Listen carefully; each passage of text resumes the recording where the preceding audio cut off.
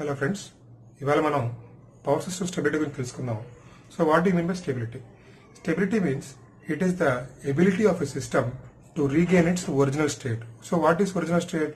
Original state is synchronous state. Okay, original state is synchronous state. So why synchronous state is being altered? When you apply a disturbance to the system, then what happens? For some seconds of time our system will get disturbed. So during that state our system should again regain its original state even after being disturbed with disturbance. So such systems are said to be called stable systems. Here if you observe, steady state stability, transient stability and dynamic stability are the types of power system stability. So how do you classify these types? These types are classified depending upon the magnitude of disturbance. So what is the amount of disturbance which is applied to the system? So if the magnitude of the system disturbance is very small means, suppose let us say in a fraction of seconds. So such systems are said to be, then the system is said to be subjected to steady state disturbance, and the system ability to regain its original state of synchronism even after being disturbed by small disturbance is said to be called steady state stability. So any example for steady state? It is load fluctuations. Load fluctuations are the examples of small disturbances. What do you mean by transient state stability? A system is said to be under transient state stability if it regains its original state of synchronism even after being disturbed by long disturbances. Okay, even after being disturbed by long disturbances. Any example for long disturbances? Let us say a fault condition. Okay, a three-phase fault occurring on a system. It is example for this long disturbances. So what do you mean by dynamic stability? A dynamic stability, a system is said to be under dynamic stability if it regains its original state of synchronism even after being disturbed by small disturbance, but the disturbance should be periodic in nature. Okay, don't forget, the disturbance should be periodic in nature. That means frequently occurring. So such type of systems are said to be dynamic stable systems. Okay, once again I am revising. Steady state stability system means the ability of a system to regain even after being disturbed by very small disturbance. Transient state stability means ability of the system to regain its original condition even after being disturbed by a large disturbance, example faults.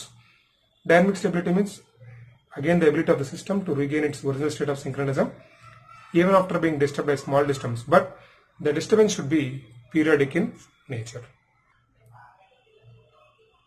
Our next topic is dynamics. So dynamics means how do you mathematically model the system. So we should learn the dynamics of synchronous machine. So for that reason, first one, we should know what is the kinetic energy. Kinetic energy of the system of the rotor of the synchronous machine is given by half j omega sm square. Here j means it is moment of inertia, which is generally measured in kilogram meter square, and omega sm is the synchronous speed. So if you put ns equal to 120 f by p, it is in rpm, but it is omega sm, angular unit should be represented. So this one is measured in radians per second. Okay. In general, the electrical degrees are given by omega s, and let us represent mechanical degrees as omega sm. It is given by, as our standard terminology, pair of poles p by 2. So from this, omega s is nothing but p by 2 into omega sm. So now you can use this relation in the equation of our kinetic energy, where omega s is synchronous speed in radians per second. So therefore kinetic energy Ke is equal to, we have half j omega sm square. So in this I can represent half j into, in the place of omega s I can write 2 by p into omega s whole square. So into 10 power minus 6 is as it is. Why? Because we are writing in megajoules. Okay, therefore this can be written as, that is equal to half into j into, so 2 by p whole square, this one is also common, 2 by p whole square into omega s square we can write into 10 power minus 6. I will now divide this entire expression as half into j into 2 by p whole square into omega s into 10 power minus 6 again into omega s. This omega s square is split as omega s into omega s. So now I can represent this one as half into this entire term as capital M into, where capital M is given by M is equal to 2 by P whole square into J into omega s into 10 power minus 6, and very much important, the units are megajoule second per electrical radians. Why? Because we are converted into electricals. Okay, so now there are still more representations. We can define another inertia constant, that is H. So the standard form is, try to remember this one, for kinetic energy, GH is equal to KE, where G is the rating of the machine, generally it is in MVA, and H is your inertia constant, and K is your kinetic energy, which is generally given by half M omega s, and the units are megajoules, and the units are what? It is represented in megajoules. So here, as I told you earlier, G is rating of the machine, where G is rating of the machine, it is generally given in, rating is given, it is a G is generator, so MVA we can represent, where H is, it is another inertia constant. It is called as, H is called as an inertia constant, which is given in megajoules per MVA, or it can be represented as megawatt second per MVA. We can represent in any of the forms.